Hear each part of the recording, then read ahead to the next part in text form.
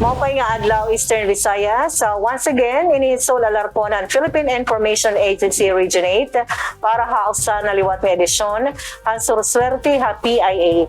Live nga makikitaan ang Philippine Information Agency Region 8 Facebook page nga simulcast nga makikitaan nga mababatian ha DYVL Action Radio Facebook page nga radyo kada Webes alas 10:30 kutob alas 11 aga. Nga makikitaan gyud kita ha Latinet ATV 24 Cable TV. Yan ang ato ni kakaswerte. Ang aton bisita nga waray iba kundi Sir Roderick Boyd Cero, ang Program Manager ang STI, HIV AIDS Viral Hepatitis Prevention and Control iton Department of Health Region 8. And at the same time, gihapon iton Regional Nurse Surveillance iton DOH. Pero before ito naton interview, kamatayan na anay naton ang mga notisya tikang haibay-ibang probinsya ng Eastern Visayas. Padayon ang pangandaman naging bubuhat sa probinsya pinaagi sa Provincial Disaster Risk Reduction and Management Council sa tarhog nga dara sa Baguio Odette. Sa ginhimo nga meeting sa PDRMC kahapon naging pangunahan ni Governor Edwin Angchuan, ginpasabot sa tagsang ahensya sa gobyerno ang mga preparasyon tikang sa search, rescue and retrieval, supply sa pagkaon, panginano pagtagalawas kan sistema sa komunikasyon ang ginkaerestoryahan. Yan ang adlaw ang Philippine Coast Guard nagpasabot sa pagsuspender sa baye sa nga tanan nga klase sa sarakyan pandagat nang si Governor Edwin Angchuan nagpalusad sa notisya pagsuspender sa klase sa trabaho sa gobyerno sa Webes nga adlaw Desyembre 16 para magpreparar ang tanan sa nga wara masuder sa Baguio Odette. Aileen Alason Diaz sa PIA Northern Samar para sa Suruswerte sa PIA. Nagkatitirok ang Gender and Development Focal Point System ng mga stakeholders o GAD champions han syudad han Katbalogan para han culminating activity han 18-day campaign to end violence against women and children. Han nasabi nga katitirok ang giningaranan nga pagpasaro ng saro-saro igin pahayag han mga magkadudulaing nga stakeholders ang ira commitment ng best practices para maundang na ang panabuso ha kababayin-an. Ha mensahe ni Attorney Dennis Cosmod como representante ni Mayor Dexter Uy, igin siring niya nga nagtitikahilipad na nga diri nila konsepto han kababayin-an ng kabataan ang proteksyon nga ginahatag han balaod kontra violence, harassment and discrimination. Igin storya gihapon niyan RA 11313 or Safe Spaces Act usa nga balaod nga nagsisigurong han paghatag ng respeto ha katawhan nga pagproteher kontra gender-based harassment ha kalsadahan nga iba pa nga pagpubliko nga lugar. Anya, di report kinabatasanan na inigpapadayon na ang nasabi nga pabatasan. Ang balaod aada para i-correct ini nga mga sayo. Naghatag naman yung pagsuporta ha mga GAD programs sa syudad ang mga stakeholders sugadhan aksyon ng kababaihan para sa kaunlaran, Katbalogan City Police Station, Plan International, media partners, Waray-Waray Youth Advocate, CY Movers, Men Opposed to Violence Against Women and Children Everywhere, PWD Sector, Katbalogan Social Welfare Development Office ng PIA. Para sa Suruswerte PIA, Goldemir Tabaw, han PIA Samar.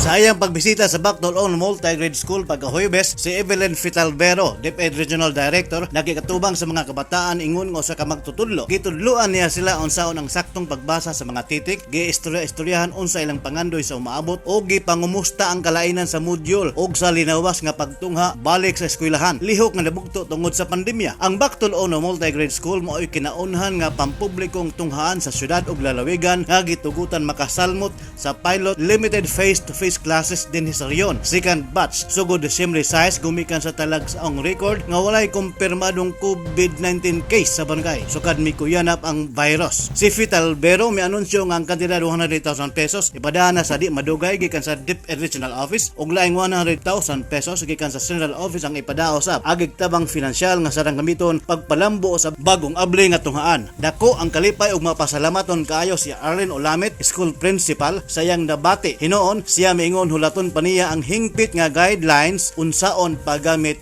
sa kwarta. Bong pidalino sa PIA sa Donality alang sa Suruswerte sa PIA. Agyog pagpangandam sa miabot nga bagyong Odette, mipahigayon sa panagtigom ang biliran PDRMC sa pagpangulo ni Sofronio Dasilio ni adto pang adlaw Biyernes, Desyembre 10. Nanawagan na sa publiko pinaagi sa radio program sa PIA Biliran adto nakalabay simana ang Bureau of Fire Protection Biliran Provincial Office. Pinaagi ni Senior Fire Officer 3 David Victor Francis Casas, Deputy Provincial Fire Director o naglibot-libot sa komunidad ang mga municipal fire trucks pagpahimatngon sa pagpangandam sa maabot nga makusog nga bagyo. Nipasabot usab si Engineer Alfredo Bolido, Assistant District Engineer sa Biliran District Engineering Office nga sa kanunay naka-preposition ang ilang personnel ug mga equipment sa panahon sa bagyo. Dugang mitpasabot si Lisa Bermilio, happy sa biliran PSWDO sa ilang kiandam nga 180 ka sakong bugas, 1,200 ka packs nga adunay sulod nga tag 3 ka kilong bugas, 3,000 kalatang beef loaf, 3,000 kalatang sardinas ug 3,000 kalatang corned beef. Sa gihapon ni pahinomdom si Governor Espina sa mga biliranon diha sa iyang Facebook account sa pagtrim sa mga tanom nga mga prutas ug ban pang mga punuan sa kahoy nga duol sa mga panimalay, pag-ani sa mga pananom aron dili kini masayang, pag-andam sa posibleng pag-brown out o sa peligro sa pagbaha o pagdahili sa yuta. Mitambag si Governor Espina sa mga mandaragaat sa dili pagpadagat alang sa kaluwasan sa ilang mga kinabuhi ug mga sakyanang pandagat. Giawhag usab ni Governor Espina ang mga municipal ug barangay local government units pagpreparar sa mga kinahanglang evacuation centers, pagkaon, generator, tubig ug uban pang mga kagamitan nga kikinahanglan atol sa kalamidad. Mas maayong naandam na kitang tanan samtang sa yupa wala pa moabot ang kalamidad dugang pa ni Governor Espina. Lanip daw tupa sa PIA Biliran para sa Suruswerte PIA. Padayon ka mo nagkikita nga nakatuto ka Suruswerte PIA. Aron nanay naton hin mensahe Sir Boyd. Hello Sir Boyd. Hello, Sol. Mga pahingatak na aton mga viewers din Suruswerte PIA.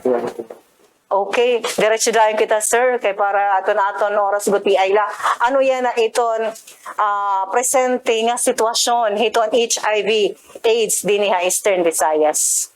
Hapag kaya na, so September nga data ito ng Department of Health Eastern Visayas, may kita maabutin 1,304 na kaso ng HIV and AIDS din nga Region 8. Kundi in 84 ito haamon record ito namatay, ito nawat ang kinabuhi. So padayon nagdadamo ito na aton cases. Last year may nakita 151, this year as of September may nakita 130. Diri karon siguro ini nga nag-ubusan naton cases, but nakikita namon nga ang pagbutihan naton cases for the past 2 years is because of the access to testing, no?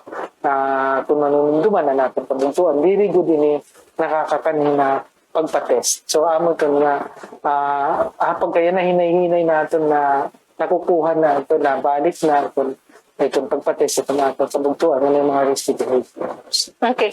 Ini sir nga 84 nga namatay or ini nga mga cases, ano sir itong pinakadamo ini may ang damo babae or lalaki? 92% ito na atong cases ada itong mga lalaki.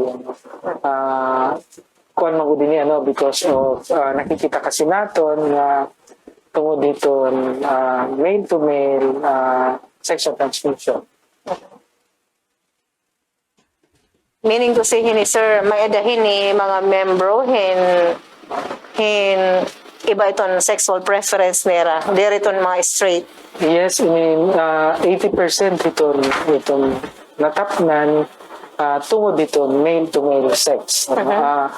Itong tao nga nakikipaghilawas na din, lalaki nakikipaghilawas na din, iya kasi lalaki, not necessarily gay here, but because the partner of the individuals are males, straight males. So ano ka, tinuod ba sir nga pandemic ba iton HIV AIDS din nga Pilipinas?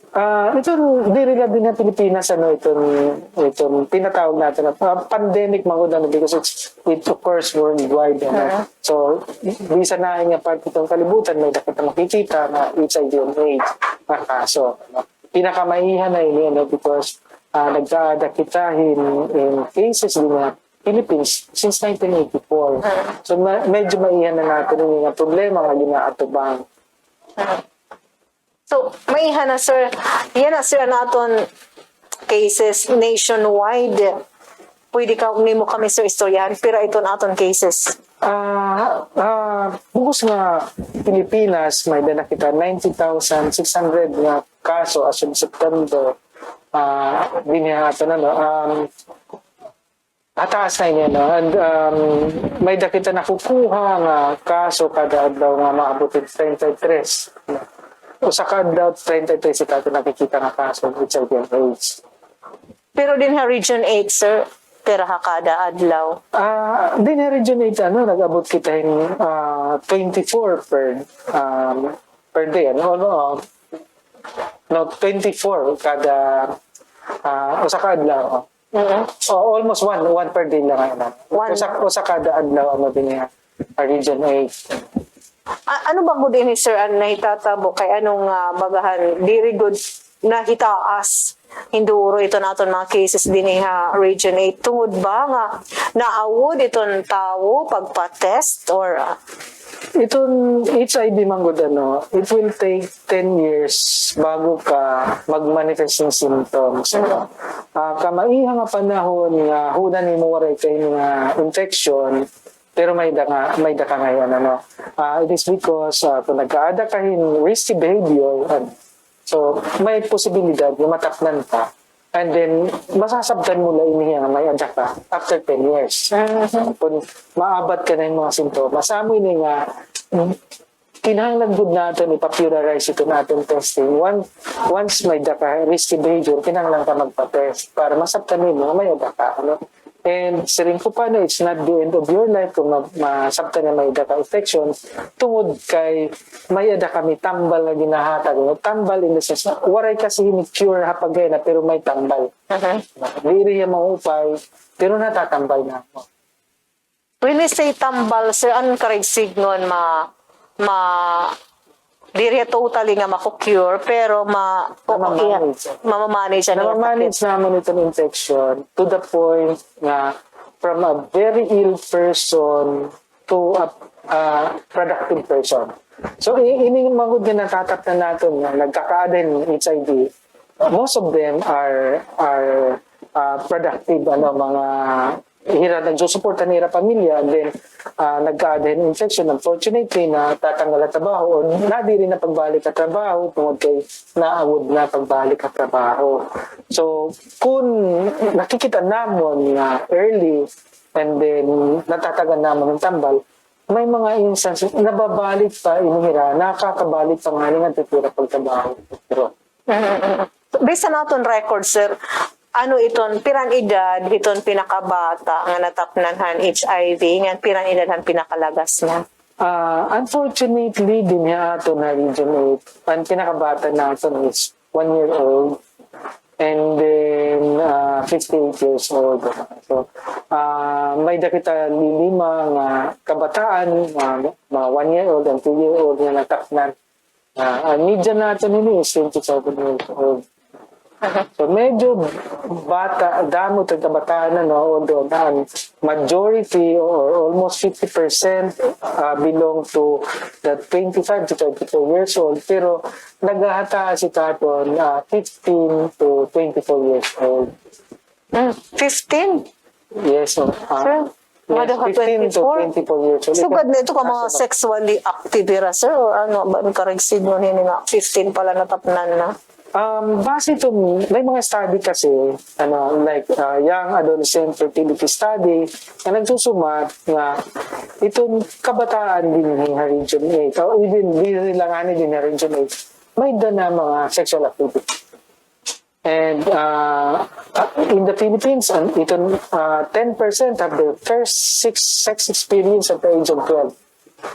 So, ang itong nagsusumat nga, kinanglan natin i-popularize natin, educate natin itong kabataan because may mga access na yung social media na usahay din natin na gagay din ng kabataan. And if we do not teach them na may muling hirahin yung baton ng internet.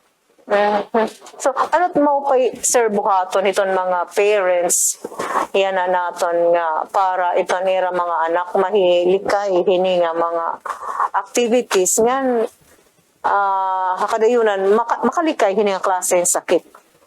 Siguro kinahanglan natin i-guide dito natin kabataan, filter the access, ito, internet. Kinahanglan natin tutuan about rin to doon na paano makipag-sex. About sex education because ultimately in the end, makakaduhin ng hirang abutang. Kung ginsasangkay natin yung mga kabataan, nagiging nagaguide natin. Ito din niya ato na sa Pilipinas, ito po nag-urus kita about sex. Bagan bastos, Diri nga ni kita nakakaluwas itong mga genital organs, penis, vagina, kay bastos para atin tabu kung pag-urusan natin. amo nga diri kita hini nakaka-express ito natong kalugaringon nga dito natong mga anak kay awkward kita mag-discuss all about sex. But hindi nga tanan bakit nga butang. Kung hinayon natin pagtudloy ng kabataan, hinahira mga babaro nga itong pros and cons of having sex or pros and cons of having sex at an early stage. Sir, ini sir nga 84 nga namatay, ano't kasagaran ni nga era? May mga bata ba hini sir? May nakita ko sa mga bata nga namatay because waray na magtambal, waray na atag ng tambal at natin. So, but most of these people who died from infection ay mga adults na. Ito nga 25 to 34 years old. Sir, akong pakiana naman regarding ito nga mga hubs naton nga again established again tindugan to Department of Health na exist pa ba niya na? Yes, gusto pa nga natin dugangan ninyo na. Kapag kayo na may nakita 11 treatment hubs all over the region distributed mo pa ka-distribute because we have one in Southern Leyte itong Salvacion Images Memorial Hospital, Provincial Hospital in Maasin, may dakita Hilumos District Hospital mga Hilumos, and then pagkan hindi niya ito Leyte Provincial Hospital di Dapalo, Divine Word Hospital ng Tacloban City, and of course Eastern Visayas Medical Center. Biliran may dakita usa itong Biliran Provincial Health Office. Eastern Samar may dakita Duduha, itong Felipe Abrigo Hagiwan, and then Eastern Samar Provincial Hospital in Borongan. Kalbayog itong St. Camilos, amin yan duduhan natin usan duduhan natin na private hospital ang Divine Word ng St. Camilos. Akatbalugan Samar Provincial Hospital. Northern Samar Provincial Hospital in Catarman. Gusto natin dugangan pa ini kay iton gusto natin mataganin access na itong treatment ito natin tabugtuan nga harayo or may direct choice pagkadto treatment hub nga maproprotektahan ni tira confidentiality and confident tira nga diri malikitira identity. So, ini signal sir, ini nga mga treatment hubs, pwede hira kumadto dito magpa-test? Pwede hira magpa-test, and then may daghap natin mga rural health unit na nagkakandak ng mga performing testing, screening, screening tawag natin ini kasi kung testing yung ito laboratory, but na-engage nga ni kita mga non-government organization, mga peers na mag-screen. Kay amo nga nga gusto natin, mahabaro itong mga tao, labi na ito ng mga risk behavior, retira HIV status. Kay amo nito pinakasyahan niya step para makontrol natin itong paday nga pagdamo itong HIV community. Kaya may nakita tinatawag para ma-address natin by 2030, ma-stop natin itong transmission, may nakita 90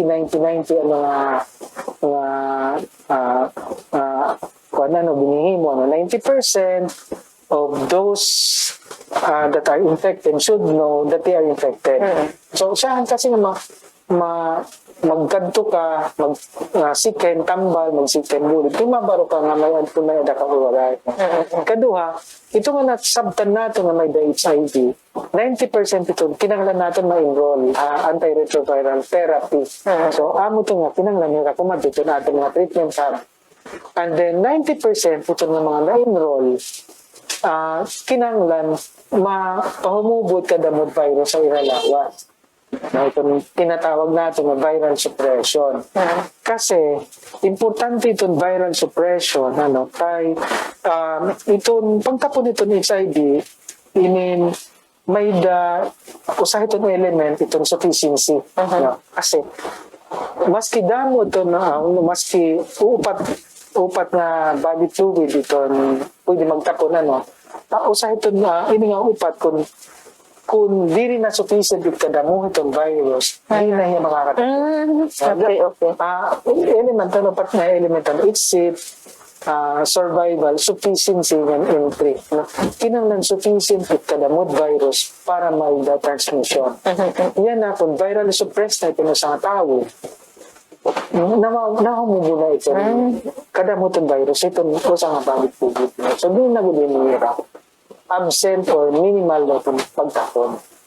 Sir, curious lang ako, how long itong medication ni Haera? For life ba? Or amo lang ito na kasi hapag kaya na ay itong tambal iinom mo good nimo tugtog na nabubuhay ka kasi although may mga hope nga nakikita no, may nakaka-discover na cure pero really pagod din sugad na ito nakikita nga cure while waray pakitaan nadidiscover nga cure yung nga virus yung nga infection mag-iinom gudhira yung nga tambal kan libre man nga nung ginahakabitan ko dito no. so, for life, magtitino margo dito Hera. May da pa ako, so, curious paghihapon ako, sir, para hiton mga na-undergohin in medication. Di rin na ba in Hera makakatapon? Amo to na nayakang kita, no? Kinanglan, ma-ensure na to na they are already virally suppressed. Kasi yun nga mga tao na tapna na most of them na-infect because of their risky behavior and then after makita nila nga maupay na tira lawas one way or another mabalik na natutiniran yung risky behavior and then para hindi rin na magtapon kinanglan dito na viral support. Sir, daw pa kung tatakpakiana pero waray nakita oras. Lastly, sir, iton imo sabdon para hiton nga dito naton mga viewers, mga listeners yan labi na aton usang nagtatahak hiya nga may adahiya sa ring paman risky nga behaviors. Hay nira makadto sir makadira EVRMC or makadira ha diretso Department of Health para magpa-screen? Yes. Una nagpapasalamat kami han TBSP among TBHID collaboration kay natagang kami ni gayon makapag-train han mga RH personnel counseling and testing. Bisan na nga mga RH pwede na harapan because they are already trained. Kung di rin man nila confident di dahil iraharaan ng RH, bisan hain nga katuan nila ng RH or kumadiyaan mo ng kusina at pwede kami mag-test niya na mag-screen and then kung na-screen na ito kinanglan i-confirm. So kami ito nagpapadarahin nga ito natin confirmatory laboratory sa mga in Manila or even in Cebu or in Iloilo, kay may nakita tinatawag na rapid HIV diagnostic algorithm. So, bisan na nila kumadto, pwede na magpa-test. Kung may nakaginihin yung risky behavior in the past, ano ang risky behavior? Ini nga nakikipag-ilawas ka, pinwaray protection, nakikipag-ilawas, hindi kasi lalaki, nakikipag-share yung needle, pinaging drug use, injection drug use.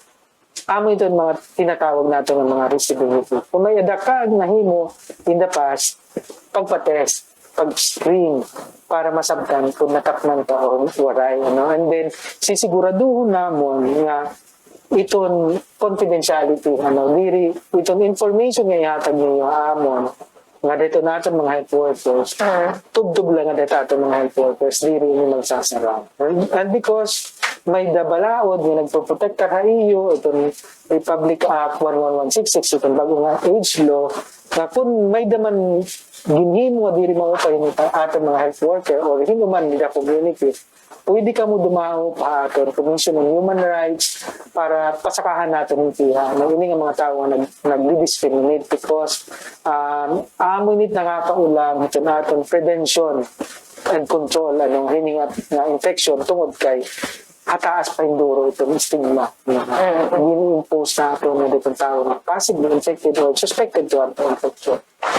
Sir, may pahabol. Ano kuno iton mga symptoms, mga sign kung iton nga tao nga infected iton HIV or AIDS, ada na ha advanced stage ito na yung virus? Itong mga simptomas na nakikita namin, most often, nagasa, ginuubo, gininirantan. So meaning to singan iya lungs an unang naapektuhan gihapon. Oo, din niya ato na Pilipinas, itong pinaka-common nga opportunistic infection, lung infection, TB, pneumocystis, pneumonia, kay damod may TB din na sa community, nagkaka-TB kita tungod kay diri mo pa itato ng immune system. So amo ton may collaboration kita itong TB control program na katanan nga may da TB, iti-test nato ng HIV, katanan nga may HIV, iti-test nato ng TB.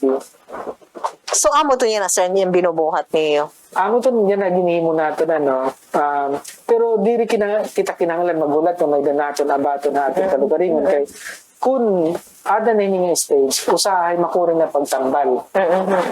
Kung bago ka pa na-infect, madali, kay di rin, matumar ka lang ng antiretroviral drug, usahay di rin kay kung advanced stage, damot ang prophylaxis na ginahatag, mahal na itong pagtambal, yan, usahay di rin libre haamon. Usahay mapalit itong mismo pasyente. Okay. May napakunta kita pakiana pero waray na kita oras mga kasangkayan.